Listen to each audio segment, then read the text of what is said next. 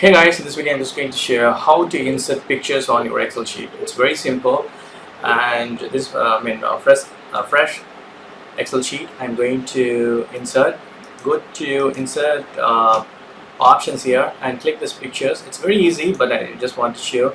So I'm gonna just insert this picture here. See this picture, so it's very big, right? So I'm going to crop this to something. Yes. Going to even more specific, or you can just, or if you want to have the screenshot which is available already in the copy listed, and or you want to take the screen clippings.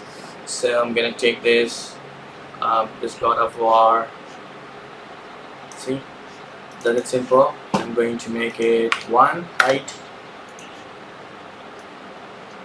So this is the way you can insert your screenshots or your pictures from your local drive.